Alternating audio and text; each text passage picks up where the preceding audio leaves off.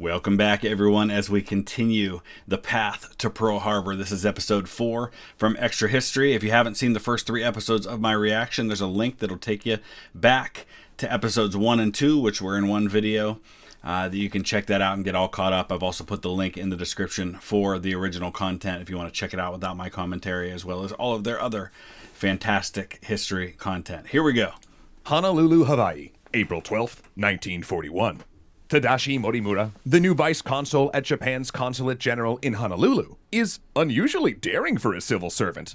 A private pilot, he rents small aircraft to fly around the island and swims the southern waterways. He also visits the geisha bars favored by local Japanese and visiting naval officers and loves chatting up the girls for gossip. And he lives unusually far away from work, 8 miles to be precise, in a second-floor apartment overlooking Pearl Harbor. Now, if that all sounds odd to you, there's a good reason. Because that identity is a cover. In reality, he's Ensign Takeo Yoshikawa of Imperial Japanese Naval Intelligence, a specialist in U.S. Navy warships. So we talked last episode, and I talk about it all the time, about the incredible importance of intelligence gathering, of decryption, of all of that sort of thing throughout the Second World War. There's probably never been a war in human history where that played such a role.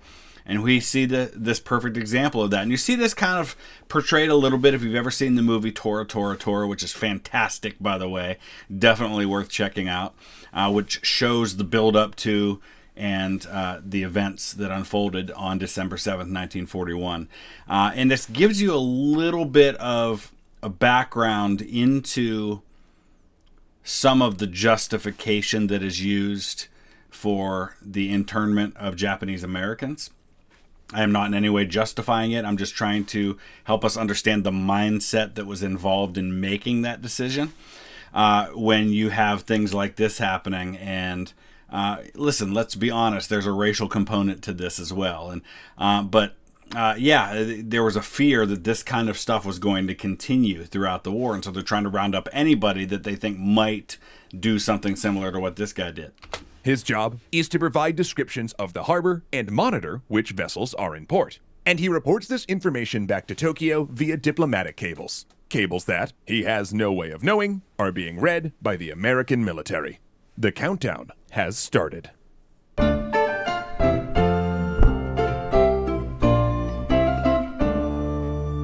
Thanks so much to NordVPN for helping to keep us safe on the internet. For a 2-year plan on a huge discount, use code ExtraCreditsVPN at nordvpn.com/ExtraCreditsVPN. April 13th, 1941. A train station in Moscow. Foreign Minister Matsuoka and the Japanese delegation are in high spirits. They're slapping backs, hugging, many of them a little intoxicated, after a celebration banquet. For half a century, Japan has feared an attack by Russia, but no more. Over the last several months, Matsuoka has been negotiating a non-aggression pact between Japan and the Soviet Union, and today they signed it. And as the conversation on the platform dwindles, Matsuoka turns to see an unbelievable sight. Walking through the crowd is Stalin himself. Crazy. So we talk a lot about the Molotov-Ribbentrop Pact, which is the one that was signed between Germany and the Soviet Union, but this one's a little lesser known, and this one actually holds a lot longer. It's only a couple of months after the end of the war in Europe in 1945 that the Soviet Union eventually breaks this completely and declares war on Japan. Come to see Matsuoka off. This never happens. Stalin doesn't go to the train station to give diplomats a personal farewell. And it's at that moment that Matsuoka feels the weight of history and how badly the Soviets wanted this arrangement. Now, Stalin can withdraw troops from its border with occupied Manchuria and send them west, and Japan, for its part, could remove their own troops and push south. So one might argue here that in some ways, this non-aggression pact that Japan makes with the Soviet Union actually hurts Germany, because now this frees up troops that otherwise would have been meant to stay on the Manchurian border, and now they can be sent west where they'll be available against Germany in that war. But when Matsuoka arrives back in Tokyo, he found that plan had become a bit more complicated. For in Washington, Ambassador Nomura had hashed out a draft resolution that could normalize relations with the U.S.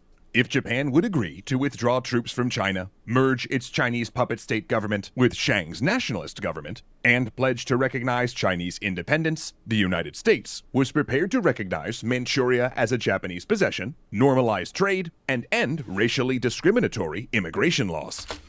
This looks like a really good deal when you consider that the alternative is that Japan ends up fighting and losing a costly war with the United States and the other Western allies.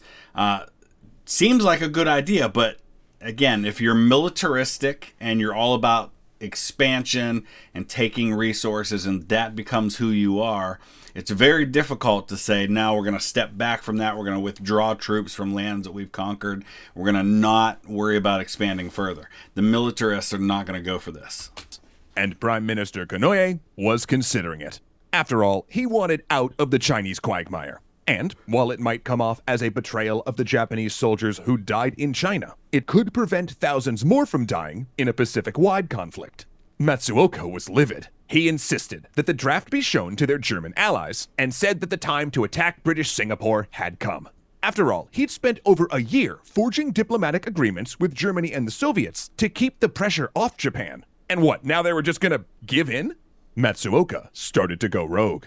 He made a counteroffer where Japan gave up nothing and started to denigrate Konoye in public. Worse still, once Nazi Germany broke its non-aggression pact and invaded the Soviet Union in late June, he insisted that Japan should abandon the Southern Strike and instead invade the USSR in support. Konoye, deeply embarrassed, had to personally apologize to the emperor for Matsuoka's conduct and give assurances he did not plan to provoke a war with Stalin. In fact, the fiery diplomat's presence had even become a sticking point in negotiations, with Secretary of State Cordell Hull suggesting that talks could not go forward with Matsuoka still in government. That's a real problem when you've got that extreme of a stance saying, listen, you've got to replace this guy or we have nothing more to talk about. I mean, that's you don't see that happen a lot of times in history, especially after the guy has just negotiated what on the surface seems like a really favorable deal for his country. He also demanded that Japan quit the Tripartite Pact.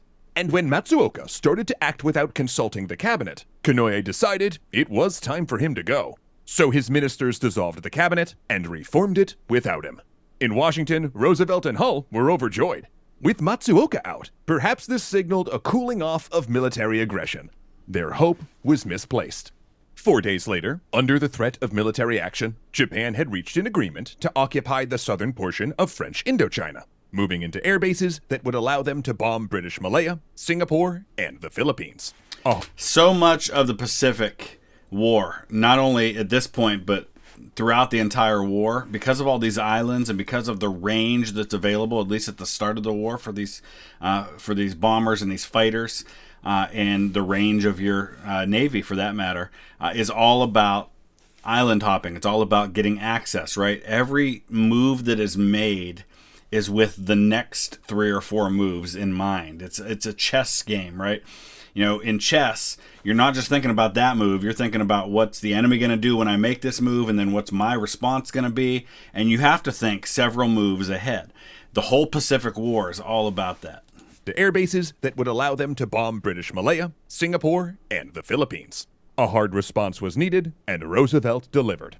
He announced he would formally cut relations, put an embargo on goods, and freeze all Japanese assets in the United States. Think about how quickly this devolves, this situation. You go from a negotiated settlement where the U.S. is going to actually recognize some of the territory Japan has taken. If Japan will back off and not do any further aggressive moves and give up some of the ground that they've taken, you have all of the trade deals settled, all of that's in place. But now we've gone off the other end, and now we're not even going to have diplomatic relations anymore. I mean, that's usually the last step before war. With that last measure cutting all American oil sales to Japan. Yet days later, he gave Nomura a new offer. Pull out of Indochina and make it a neutral territory, and the assets would be unfrozen. See, the U.S. oil embargo wasn't a full embargo. That would leave Roosevelt without much flexibility in negotiations. Japan obtained American oil by buying licenses to purchase a certain volume, and Japan had already obtained enough licenses to keep them supplied until 1943. But that oil had to be paid with U.S. currency held in American banks, and those were the assets that were frozen. Though, technically, the Treasury Department could decide on a case-by-case basis to allow Japan's license purchases to go through. So Roosevelt could, essentially, loosen or tighten Japan's supply of oil in a carrot-and-stick approach. It's actually pretty smart diplomacy here. You don't back yourself into a corner. You don't paint yourself into a situation where you've really got no options. He's leaving all the options on the table. He's given himself maximum flexibility to get harsher or looser depending on what Japan decides to do. So he's really putting the ball in Japan's court here. Nomura didn't even pass on the proposal to Tokyo, knowing that the militarists, especially Minister of War Hideki Tojo, had boxed Prime Minister Konoye in. On August 1st, the economic measures went into effect. Yet Roosevelt's measured approach was not followed.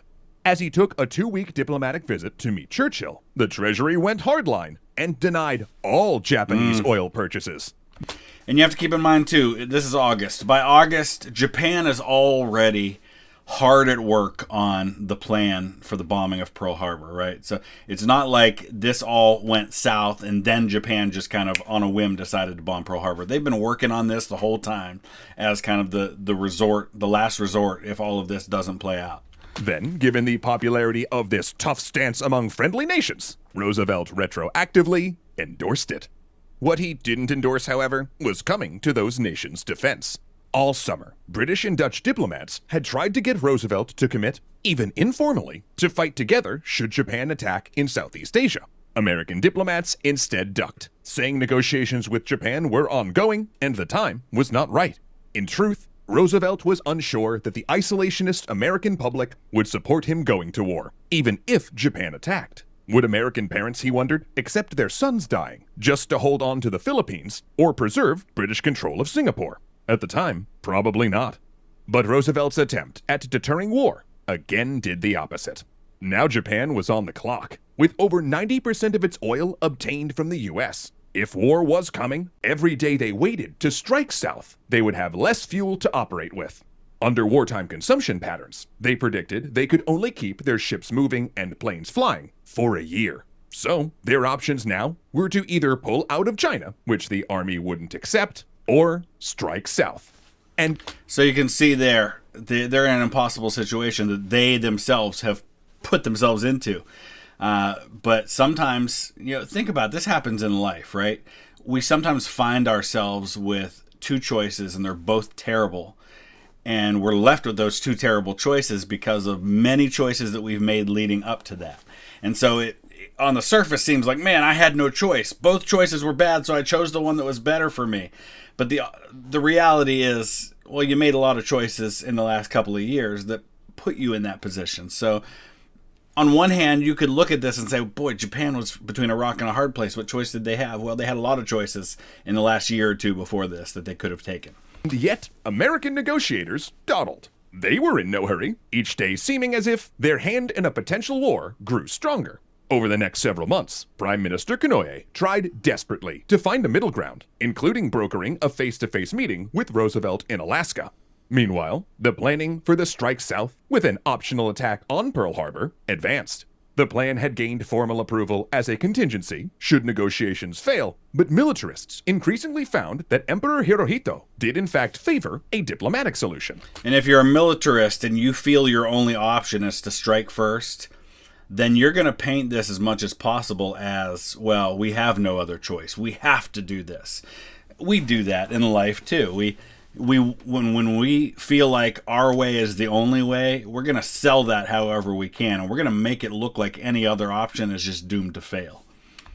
At a meeting on September 6, 1941, a militarist officer told Hirohito that a war with the United States would be over in 3 months. Not believing this, the emperor pushed back, saying that they'd said the same thing about China. China is big, explained the officer. Bigger than the Pacific? The emperor responded.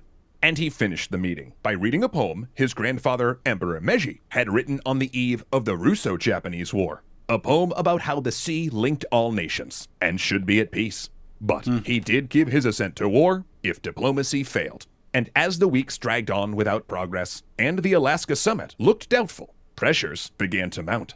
And at a conference on September 25th, Minister of War Tojo pushed for an internal deadline. If no diplomatic options were reached by mid-October, Japan must put in motion plans for a military solution. It was agreed. Fleets began to gather and make ready. October 12th, 1941, near Mount Fuji. Konoe has brought the biggest figures in government to his private estate for a last-ditch effort to prevent war. There, he leans on Tojo, saying that he's not confident a war with the United States can be won, and that he's not equipped to lead the country through it. I get a lot of echoes. You know, we talk all the time about history. It doesn't repeat itself, but it does rhyme. And there's some rhyming here between how the Pacific War goes down and some of the things that happened leading up to the First World War.